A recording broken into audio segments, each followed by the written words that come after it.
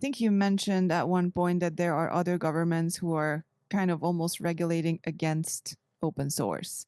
And for example, there are legislations being put in place in Europe, like the Cyber Resiliency Act, the Product Liability Directive, and some other things as well. And one of the criticisms that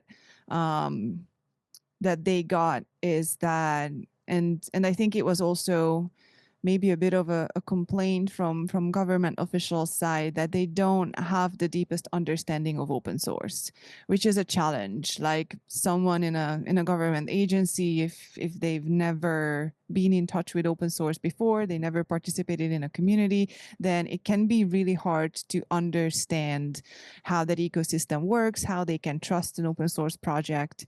Do you know how that initial education within the Mexican government happened?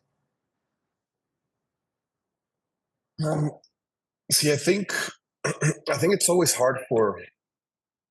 I think being a politician and having worked in the government, I think it's one of the hardest roles that you can ever have, because whatever decision you make, it's not like one size fits all. So whatever decision you take, it's going to harm somebody, or somebody's not going to agree on it. No, so while promoting open source, it probably could also affect your economic in the country, because you might be a technological development country, and losing the licensings of the European Union could be a very big impact, and jobs could be lost and these kind of things. So I think it's that's where kind of like policymakers they're stuck between two swords, and they have nowhere to go. When returning to the question, like of how did the government did, I think it was the fact that the people that got to these kind of like leadership positions where we were shaping the technology of the country, we were aware of open source technology. So it wasn't kind of like a thing that they trained us for that. It was that we came from the world of open source.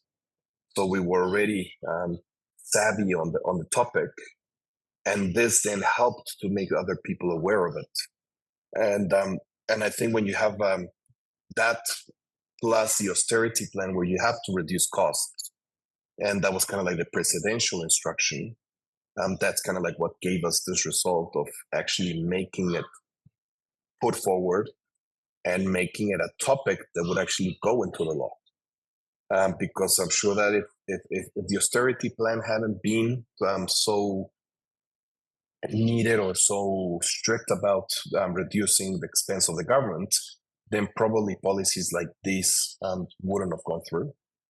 So it's kind of like one of those things of being on the right conditions at the right point of time with the right people and the right ideology. Right? So it's so getting that again, I think it's very difficult, but it happened for us, so it could happen anywhere.